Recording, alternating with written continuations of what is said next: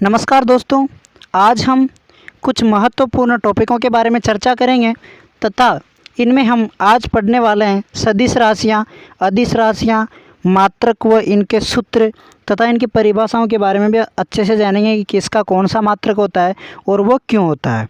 खगोलीय इकाई जो कि दूरी को मापने की एक बहुत बड़ी इकाई है, प्रकाश वर्ष पारसेक, ये जो तीनों हैं ये दोस्तों दूरी को नापने की बहुत बड़ी बड़ी इकाइयाँ हैं। इनके बारे में भी हम विस्तार पूर्वक चर्चा करेंगे। तो आइए चलते हैं, सबसे पहले हम बात करते हैं अदिश राशियाँ की। तो अदिश राशियाँ क्या होती है कि ऐसी भौतिक राशियाँ जिनमें केवल परिमाण होता है, अर्थात परिमाण यहाँ पर ये ध्यान रखना है, परिणाम नहीं। परिणाम का मतलब रिजल्ट होता है और परिमाण होता है मैग्नीट्यूड, मतलब जिसे हम माप सकते हैं। और इनमें दिशा नहीं होती। तो दोस्तों सिर्फ हम नाप ही सकते हैं ऐसी राशियों को, उनमें मतलब दिशा का ज्ञान नहीं होता हो, उन्हें हम कौन सी राशियाँ कहते हैं? अदिश राशियाँ कहते हैं। जैसे कि द्रव्यमान है। अब द्रव्यमान को आप नाप सकते हैं कि 1 किलो, 2 किलो, 3 किलो। तो जो 1 किलो आ रहा है पीछे, ये तो है मात्रक। और जो द्रव्यमान है इसको नापते हैं, ये है इसका परिमाण, जो 1, 2, 3, 4 किलो। पर इसमें कोई दिशा का हमें पता नहीं चलता कि द्रव्यमान में कौन सी दिशा है, किधर है। तो इसी प्रकार घनत्व है, घनत्व का, इन सब का हम आगे परिभाषा सहित अध्ययन करेंगे और किस प्रकार से इनके मात्रक बनेंगे उसके बारे में भी हम विस्तार से पढ़ेंगे। तो अभी तो ये देख लीजिए कि जो अदिश राशियाँ हैं वो द्रव्यमान होती हैं, घनत्व, ताप, विद्युत धारा, समय, चाल, आयतन, कार्य आदि। अभी मैं चाल व वेग के बारे में भी समझाऊंगा, इनमें अंतर भी बताऊंगा। तो यहाँ पे चाल याद रखना है। और आगे हम बात करते हैं सदिश राशियों की। तो सदिश राशियाँ क्या होती है? तो दोस्तों वे भौतिक राशियाँ जिनमें परिमाण के साथ साथ दिशा भी होती है। मतलब इनमें परिमाण तो होता ही है कि कितनी है, और इनके साथ हमें दिशा का भी ज्ञान होता है, और जो योग के निश्चित नियमों के अनुसार जुड़ती है। मतलब सदिश राशियाँ डायरेक्ट ऐसे नहीं जुड़ती कि 1 और 1 2 हो गया, इनमें निश्चित नियम चलते हैं। तो दोस्तों उन निश्चित नियमों के अनुसार ये जोड़ी जाती है और इन्हें ही सदिश राशियाँ कहते हैं। जैसे वेग हुआ, अब हमने पहले अदिश राशियों में चाल देखी थी, यहाँ पे वेग है। तो वेग में केवल दिशा का ज्ञान होता है और चाल के अंदर दिशा का ज्ञान नहीं होता, इसलिए वो अदिश राशियाँ और ये सदिश राशियाँ, बाकी कोई फर्क नहीं होता इनमें। विस्थापन हुआ, विस्थापन और दूरी एक ही होती है, लेकिन दूरी को हम किधर से भी नाप सकते हैं। जैसे इधर गया, ये पूरी एक दूरी है। पर जैसे मान लो कोई भी, मैंने ये 2 बिंदु ले लिए ए और बी, तो यहाँ से मैं चल के इधर से चल के आए तो ये पूरी दूरी नापनी पड़ेगी। लेकिन विस्थापन में सीधी दूरी को ही काउंट करते हैं, पहले बिंदु व अंतिम बिंदु को मिलाने वाली सीधी दूरी को हम विस्थापन कहते हैं। इसके अलावा बल हुआ, संवेग, त्वरण बल, बलाघूर्ण और विद्युत तीव्रता इत्यादि जो है ये सदिश राशियों के अंतर्गत आती है। तो अब चलते हैं हम मात्रकों की ओर। तो दोस्तों मूल मात्रक भौतिकी में कितने होते हैं? 7 होते हैं, जो मैंने पहले के वीडियो में भी बताए हैं। तो मूल मात्रकों की संख्या 7 होती है। और मात्रक 2 प्रकार के होते हैं। इसके अलावा व्युत्पन्न मात्रक भी होते हैं, जो कि एक से अधिक मूल मात्रकों से मिलकर बनाए जाते हैं। तो पहला मूल मात्रक के लंबाई, जिसका एसआई मात्रक होता है मीटर। दूसरा मूल मात्रक है द्रव्यमान, जिसका एसआई मात्रक होता है किलोग्राम। तीसरा है समय, समय का सेकंड होता है। विद्युत धारा का एम्पियर होता है। ताप का केल्विन होता है। ज्योति तीव्रता का कैंडेला होता है। और पदार्थ की मात्रा का मोल होता है। तो इस प्रकार से ये 7 मूल मात्रक है, और इनके जो ये एसआई मात्रक दिए हुए हैं, तो ये है हमें ज्ञात होना चाहिए। इसके बाद हम बात करते हैं व्युत्पन्न मात्रों की। तो व्युत्पन्न मात्रक कई प्रकार के हो सकते हैं। तो दोस्तों भौतिक राशि हुई पहली क्षेत्रफल। अब देखिए हम क्षेत्रफल का सभी को पता है, सूत्र क्या होता है कि लंबाई इंटू चौड़ाई, ये इसका सूत्र होता है। अब लंबाई भी एक दूरी है और चौड़ाई भी एक दूरी है। तो दूरी का क्या होता है, हमने मूल मात्रक में पढ़ा है कि मीटर, और चौड़ाई भी मीटर होती है। मीटर को गुणा करके क्या बन जाता है? मीटर स्क्वायर बन जाएगा। इसी प्रकार आयतन में होता है लंबाई, चौड़ाई, ऊंचाई। 3 लंबाइयाँ होने के कारण वो मीटर क्यूब बन जाता है। अब बात करते हैं दोस्तों घनत्व की। तो घनत्व की परिभाषा होती है कि एकांक आयतन में उपस्थित द्रव्यमान, मतलब कोई भी एकांक, कोई निश्चित हम आयतन ले लेते हैं, उसमें कितना द्रव्यमान उपस्थित है, उसको ही हम क्या कहते हैं? घनत्व कहते हैं। तो दोस्तों आयतन का तो हमें पता ही मीटर क्यूब हो गया, और जो द्रव्यमान होता है, द्रव्यमान का किलोग्राम होता है। तो इसलिए घनत्व का जो मात्रक होता है किलोग्राम प्रति मीटर क्यूब होता है। अब बात करते हैं हम चाल की। तो चाल होती है इकाई समय में तय दूरी। कोई भी एकांक समय ले लेंगे, इकाई समय ले लेंगे, उसके अंदर कितनी दूरी तय की गई है। तो दोस्तों इसलिए इकाई समय के लिए तो सेकंड और दूरी के लिए मीटर, इसलिए चाल का मीटर प्रति सेकंड होता है। अब हम बात करते हैं वेग की। तो वेग का होता है दोस्तों मीटर पर सेकंड। तो वेग किसी विशेष दिशा में इकाई समय में तय दूरी या विस्थापन होता है।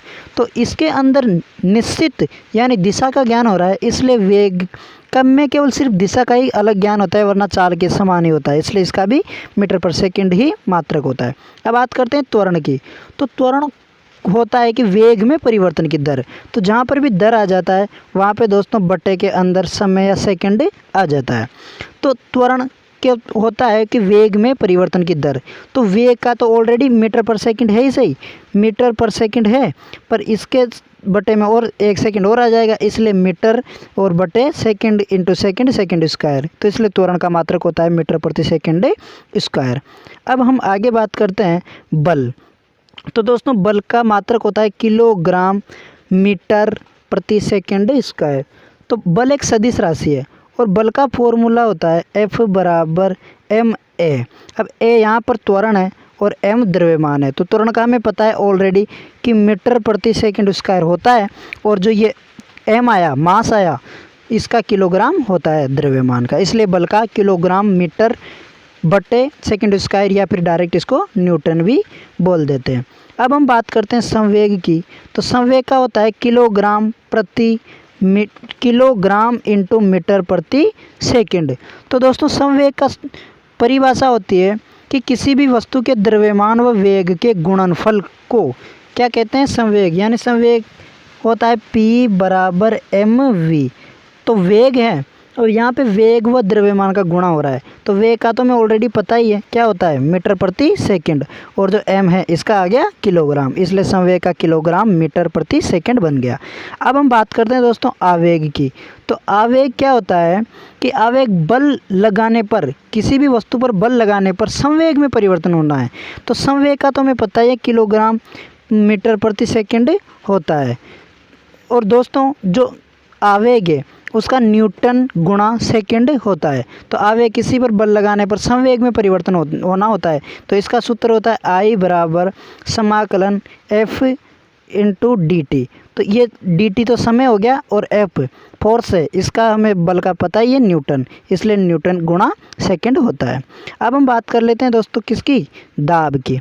अब दाब क्या होता है, ये किसी सतह के इकाई क्षेत्रफल पर लगने वाला लंबवत बल ही क्या कहलाता है, दाब कहलाता है। कोई भी सतह है उसका इकाई क्षेत्रफल हम ले लेते हैं और उस पर जो लंब होते हैं यानी 90 डिग्री के कोण पर जो बल लगाते हैं उसे क्या कहा जाता है, दाब।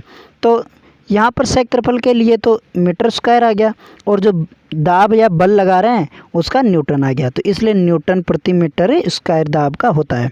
ओके, अब बात करते हैं कार्य या ऊर्जा की। तो कार्य या ऊर्जा दोस्तों समान ही होते हैं, इनका एक ही मात्रक होता है, उसका नाम क्या है, जूल। तो कार्य का सूत्र हमें पता ही है, W बराबर F गुणा D होता है। तो यहाँ पे D तो दूरी है और F क्या है, बल है। तो बल का हमें पता ही है न्यूटन होता है, और जो दूरी है उसका मात्रक क्या होता है, मीटर होता है। तो इसलिए न्यूटन गुणा मीटर इसका मात्रक निकल के आता है, जिसे हम डायरेक्ट जूल बोल देते हैं। अब बात करते हैं शक्ति की। तो कार्य करने की दर को ही क्या कहते हैं, शक्ति कहते हैं। तो अभी हमने कार्य का फॉर्मूला पढ़ा था W बराबर F गुणा D, और इसकी दर को ही क्या कहते हैं, मतलब कार्य करने की दर को ही क्या कहते हैं, शक्ति। तो जहाँ भी दर होती है वहाँ पे बटे में क्या आ जाता है, समय आ जाता है सेकंड।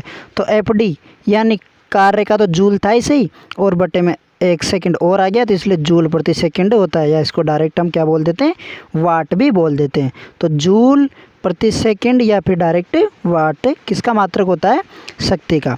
अब हम बात करते हैं दूरियों की इकाई की। तो कुछ अन्य महत्वपूर्ण मात्रक होते हैं जिनमें अत्यधिक लंबी दूरियां नापने के प्रयोग किए जाते हैं। तो सबसे पहले हम बात करते हैं खगोलीय इकाई की। अब दोस्तों खगोलीय इकाई को समझने के लिए सबसे पहले हम बात करते हैं, मान लो ये सूर्य है और ये हमारा पूरा सौर मंडल है, और यहाँ पे हमारी पृथ्वी। तो पृथ्वी व सूर्य के बीच की दूरी को ही हम क्या कहते हैं, पृथ्वी व सूर्य के बीच की दूरी को क्या कहते हैं, खगोलीय इकाई। मान लो कि ये सूर्य है, ये पृथ्वी है, और अब यहाँ से जो सूर्य तथा वो पृथ्वी के बीच की दूरी है उसको खगोलीय इकाई हम कह रहे हैं। अब दोस्तों जो सौर मंडल है, हम सबको पता है कि जो सौर मंडल तो बहुत ज़्यादा हुआ फैला हुआ है, सभी को पता है। तो जो एक सौर मंडल किसे कहते हैं, जहाँ तक भी सूर्य का प्रकाश पहुँच पाता है उसको ही हम सौर मंडल कहते हैं। तो दोस्तों एक AU यानी एस्ट्रोनॉमिकल यूनिट सूर्य तथा पृथ्वी के बीच की दूरी है, जिसका मान होता है 1.495 × 10⁻11 मीटर। और जो पूरा सौर मंडल है उसकी दूरी होती है 50 AU। यानी सौर मंडल कहाँ तक है कि जो सूर्य व पृथ्वी के बीच की दूरी है इससे 50 गुनी दूरी तक सूर्य का प्रकाश जाता है, जिसे हम क्या कहते हैं, एस्ट्रोनॉमिकल यूनिट कहते हैं, जो कि सूर्य व पृथ्वी के बीच की दूरी है। आगे हम बात करते हैं प्रकाश वर्ष की। तो दोस्तों सबसे पहले हमें पता होना चाहिए कि जो प्रकाश का वेग है 3 × 10⁸ मीटर पर सेकंड होता है। तो एक वर्ष में प्रकाश कितनी दूरी तय कर पाता है उसे हम क्या कहते हैं, प्रकाश वर्ष कहते हैं। तो दोस्तों ये दूरी है, बहुत सारे इसको गलत भी कर देते हैं, क्वेश्चन आता है बहुत सारी बार। तो जो प्रकाश वर्ष क्या है, ये एक दूरी है और कितने साल में यानी 1 साल में चली गई दूरी है। इसका मात्रक होता है 9.46 × 10⁻15 मीटर। इसके अलावा हम बात करते हैं आगे पारसेक की। तो पारसेक ये दूरी मापने की सबसे बड़ी इकाई है, मतलब पारसेक से बड़ी इकाई कोई भी नहीं है, जिसका मान होता है एक पारसेक बराबर 3.08 × 10⁻16 मीटर होता है। यहाँ पे 10⁻16 मीटर है। तो ये थी दोस्तों आज के जो टॉपिक थे इनके बारे में चर्चा। वीडियो देखने के लिए धन्यवाद दोस्तों। यदि वीडियो पसंद आए तो लाइक ज़रूर कीजिएगा। Thank you so much.